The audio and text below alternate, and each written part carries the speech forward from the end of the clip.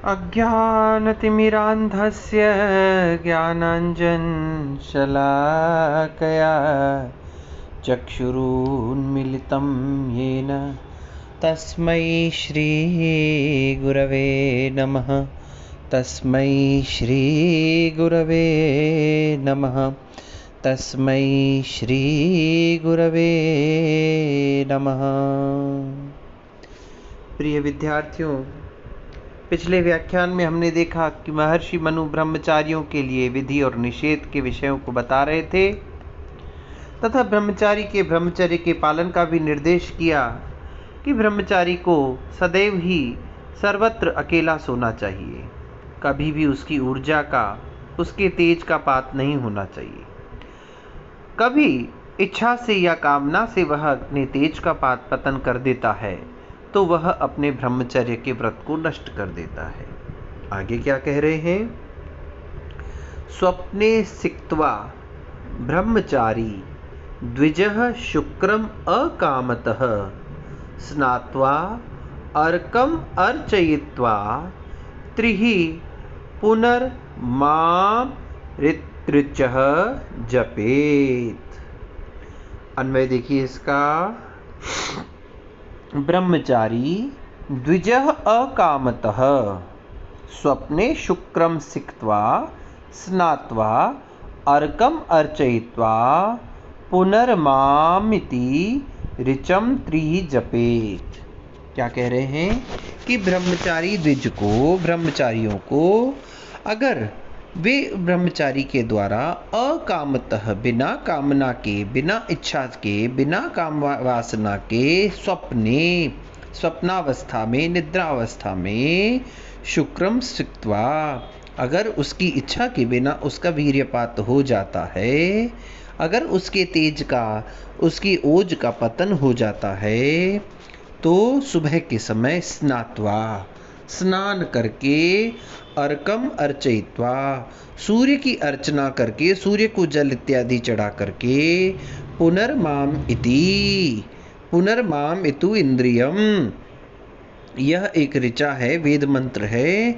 इस ऋचा का, इस वेद मंत्र का 3 बार जाप करना चाहिए। देखिए, पिछले श्लोक में हमने देखा था कि अगर वो अपनी इच्छा से, अपनी काम वासना से, अपने काम के कारण से उस ब्रह्मचारी के वीर्य का पतन हो जाता है तो उसके ब्रह्मचर्य का व्रत नष्ट हो जाता है। किंतु इस श्लोक में बता रहे हैं कि ब्रह्मचारी की अगर बिना कामना के, बिना इच्छा के, बिना उसकी काम वासना के निद्रावस्था में अगर उसके वीर्य का पतन हो जाता है तो इसमें उसका कोई दोष नहीं है, अपितु उसे स्नान करके, सुबह के समय स्नान करके, सूर्य की उपासना करके, पूजा करके, अर्चना करके, पुनर्मामिति यह जो एक ऋचा है, वेद मंत्र है, इसका 3 बार जाप करना चाहिए। क्योंकि यह कार्य, यह वीर्य का पतन, ओज का पतन उसकी इच्छा से नहीं हुआ है, अतः उसे इस प्रकार के व्रत का नाश नहीं होता है। अब आगे देखिए एक बार क्या कह, अगला मंत्र देखिए इसका श्लोक। उद्कुंभम सुमनसो गोश कृन मृत्तिका कुशान आहरेत यावद अर्थानि भैक्षम चाहरहश्चरेत। अन्वय देखिए इसका। उदकुंभम सुमनसः गोशकृत मृत्तिका कुशान यावद अर्थानि आहरेत अहर अहभिक्षम चरेत। क्या कह रहे हैं? ब्रह्मचारी को के नित्य कर्मों के विषय में बता रहे हैं। क्या करना चाहिए? उदकुंभम, जल से भरा हुआ घड़ा, सुमनसः, सुमन अर्थात पुष्प इत्यादि, गौशकृतः, गौ के द्वारा किया गया अर्थात गोबर, फिर क्या कहा? मृत्तिका, मिट्टी, कुशान, कुश, यावद अर्थानि आहरेत, ये जो भी वस्तुएं हैं वह जितनी आवश्यकता गुरु को हो उसको उतनी लाना चाहिए। अहर अहर च बैक्षम चरेत, दिन प्रतिदिन अर्थात रोज नित्य भिक्षा का आचरण करना चाहिए, भिक्षा मांगनी चाहिए। ये कह रहे हैं कि ब्रह्मचारी को गुरु की इच्छा के अनुसार, गुरु को जितनी इच्छा हो या गुरु को जितनी आवश्यकता हो उतनी ये चीजें ला करके समर्पित करनी चाहिए। क्या क्या चीजें लानी चाहिए? उदकुंभम, जल का घड़ा, सुमनसह, सुमन यानी पुष्प इत्यादि, गौशकृत, गोबर, गोबर अर्थात गोबर के कंडे इत्यादि, क्योंकि भोजन इत्यादि बनाने के लिए, यज्ञ इत्यादि के लिए गाय के गोबर की आवश्यकता होती है और लीपने पोतने के लिए भी तो गोबर। पुष्प की आवश्यकता है, पूजा इत्यादि में चाहिए होता है। फिर क्या कहा? जल का घड़ा, क्यों भाई? जल इत्यादि पीने के लिए। और मिट्टी चाहिए और कुशा, पूजा इत्यादि के लिए कुशा। जल का घड़ा, फूल, गोबर या कंडा, मिट्टी और कुशा, ये वस्तुएं जितनी आवश्यकता गुरु को हो उतनी ला करके देनी चाहिए तथा प्रतिदिन भिक्षा का आचरण करना चाहिए। भीख मांग करके ही जीवन यापन करना चाहिए। फिर क्या कह रहे हैं? वेद यज्ञैरहीनानां प्रशस्तानां स्वकर्मसु ब्रह्मचर्य आहरेत भिक्षम गृहेभ्य प्रयतो अन्वहम। ब्रह्मचारी को क्या करना चाहिए? अन्वय देखिए इसका। ब्रह्मचारी वेद यज्ञै अहीनानां स्वकर्मसु प्रशस्तानां गृहेभ्य अन्वहम प्रयतः सन भिक्षम आहरेत।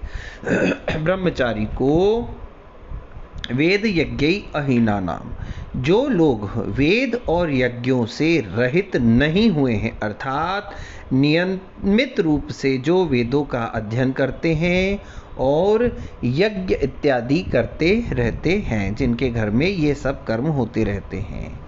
और स्वकर्मसु प्रशस्तानाम, जो अपने वर्णाश्रम धर्म के द्वारा निर्धारित कर्म में प्रशस्त हैं, लगे हुए हैं, ऐसे लोगों के घर से अन्वहम, प्रतिदिन, प्रयतः, सावधान होकर के, नियंत्र होकर के, पवित्र होकर के उस ब्रह्मचारी को भीख लाना चाहिए, भिक्षा आचरण करना चाहिए। किन लोगों के घर से लाना चाहिए? तो कह रहे हैं कि जो लोग वेद यज्ञ अहीनानाम, जो वेद और यज्ञ से अहीन है, अर्थात हीन नहीं, अर्थात जिनके घर में आज भी वेद अध्ययन का पाठ हो रहा हो, अग्निहोत्र, पंच महायज्ञ इत्यादि कर्म होते रहते हों, जो सुंदर सुंदर कर्म करते हों, शुभ कर्म करते हों, स्वकर्मसु प्रशस्ता नाम, अपने कर्मों में प्रशस्त हों, प्रशंसित हों, जिनके कर्मों की प्रशंसा दुनिया करती हो, ऐसे गृहेभ्य, ऐसे घर वालों से, ऐसे घरों से अन्वहम, प्रतिदिन ब्रह्मचारी को सावधान रहकर, नियमों में बंद करके भिक्षा का आचरण करना चाहिए, भिक्षा ग्रहण करनी चाहिए। फिर क्या कह रहे हैं? गुरोः कुले न भिक्षे न ज्ञाति कुल बंधुषु अलाभे तु अन्य गेहानाम पूर्वम पूर्वम विवर्जयेत। गुरो कुले न भिक्षेत, गुरु के कुल में, अर्थात गुरु का जो कुल है, जो उसके रिश्ते नातेदार हैं, उनसे न भिक्षेत, उनसे भिक्षा नहीं मांगनी चाहिए। ज्ञाति कुल बंधुषु, और अपनी जाति के कुल में या बंधुओं के कुल में भी भिक्षा आचरण नहीं करना चाहिए। अपनी जाति वाले और अपने बंधु बांधव, चाचा मामा बाबा दादा इत्यादि से भी भिक्षा की याचना नहीं करनी चाहिए। अन्य गेहाम नाम तु अलाभे, अन्य ग्रहों से करनी चाहिए, किंतु अन्य ग्रहों के न मिलने पर, उनके अलाभ होने पर पूर्वम पूर्वम विवर्जयेत, पूर्व पूर्व का त्याग करना चाहिए। सबसे पहले कहा कि आचार्य के घर, जो गुरु हमें पढ़ा रहा है, उसके रिश्तेदारों के पास, उसके कुल में भिक्षा याचना नहीं करनी चाहिए। फिर क्या कहा? तथा फिर अपने जाति कुल बंधुषु, अपने सपिंड जाति वाले, जो हमारे ननिहाल ददिहाल वाले रिश्तेदार है, चाचा मामा बाबा दादा इत्यादि, उनसे भी हमें भिक्षा याचना नहीं करनी चाहिए। लेकिन इन सब के होने पर हमें दूसरों के घर से याचना करनी चाहिए। लेकिन अगर ऐसी परिस्थिति आ जाए कि अन्य लोग न मिल रहे हों, जिस स्थान पर हमारे गुरु का आश्रम है उसके आसपास में अगर नए समाज वाले कोई नए लोग इन पूर्वोक्त लोगों के अतिरिक्त नहीं घर मिल रहे हों, तो पूर्व का त्याग करना चाहिए। कहने का तात्पर्य है, सबसे पहले अपने कुल के बंधुओं वाले के पास जाना चाहिए, वो न मिले तो अपने जाति वालों के पास जाना चाहिए, और वो भी न मिले तो गुरु के सपिंडों के पास अर्थात गुरु के कुल से भिक्षा याचना करनी चाहिए। सबसे पहले हमें अन्य घरों से जो हमारे गुरु के जाति से और हमारे कुल से संबंधित न हो उनसे याचना करनी चाहिए। लेकिन अगर ऐसा न हो तो अपने कुल वालों से, उनके भी उपलब्ध न होने पर अपने जाति वालों से, और उनके भी न उपलब्ध होने पर अपने गुरु के कुल वालों से भिक्षा याचना करनी चाहिए। फिर क्या कह रहे हैं, सर्वं वापि चरेत ग्रामं पूर्वोक्तानाम संभवे नियम्य प्रयतो वाचम भिष अभिशस्तांस्तु वर्जयेत। वा अन्वय देखिए इसका, वा पूर्वोक्तानाम असंभवे अपि प्रयतः वाचम नियम्य सर्वं ग्रामं भिक्षार्थं चरेत अभिशस्तांतु वर्जयेत। अथवा पूर्वोक्तानाम असंभवे, पूर्व में जो कहे गए हैं, कौन कहे गए हैं, इससे पहले हमने देखा था ना, जो कहा गया है कि जो वेद और यज्ञ का पालन करते हों, अपने कर्मों में जो श्रेष्ठ हों, ऐसे लोगों के पास भिक्षा याचना करनी चाहिए। फिर जाति कुल बंधु और जो जो भी उन्होंने कहा है कि अगर ये कोई भी न मिले, पूर्व में कहे गए इन लोगों के असंभवे अप्राप्त होने पर, न मिलने पर क्या किया जाए, प्रयतः अपने आप पर नियंत्रण करके, सावधान होकर के, वाचम नियम्य अपनी वाणी पर भी नियंत्रण स्थापित करके, सर्वम ग्रामम भिक्षार्थम चरेत संपूर्ण ग्राम में भिक्षा के लिए विचरण करना चाहिए। जैसा हमें पूर्व में कहा गया है, जो वेदों का अध्ययन करते हों, जो धर्म में निष्ठा रखते हों, जो यज्ञ इत्यादि करते हों, जो अपने वर्णाश्रम धर्म का पालन करते हों, ऐसे गृहस्थियों से भिक्षा याचना करनी चाहिए। किंतु अगर ऐसा है कि ये लोग उपलब्ध न हों तो क्या करना चाहिए, अपने आप को नियंत्रण में रखते हुए, सावधान होकर के, अपनी वाणी पर संयम स्थापित करके संपूर्ण गांव में भिक्षाचरण करना चाहिए।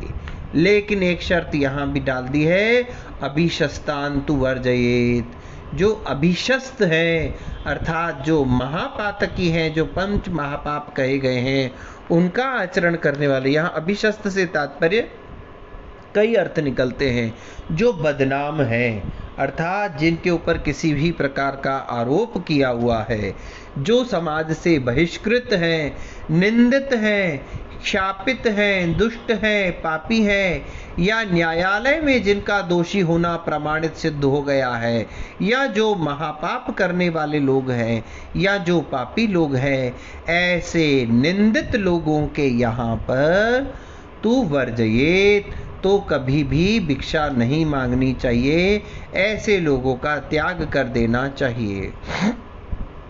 अभिशस्तांतु वर्जयेत, जो अभिशस्त हैं अर्थात जो निंदित हैं, जो पापी हैं, दुष्ट हैं, दुराचारी हैं, पातकी हैं, या महापातकों के विषय में हमने आगे और पढ़ेंगे या पूर्व में भी पढ़ा हुआ है, जो पंच महापातक हैं, उनका अगर जो आचरण कर रहे हैं, ऐसे महापातकी लोग, आक्रांत लोग, बदनाम लोग, निंदित लोग जो हैं, जिनका न्यायालय में जो है अपराध, किसी भी प्रकार का दंड जो है वो प्रमाणित हो चुका है, जिनका दोष प्रमाणित हो चुका है, ऐसे दुष्ट, शापित, पापी, महापातकी, अतिपातकी लोगों का भिक्षा के लिए परित्याग कर देना चाहिए, अर्थात उनसे भिक्षा की याचना कभी भी कदापि नहीं करनी चाहिए।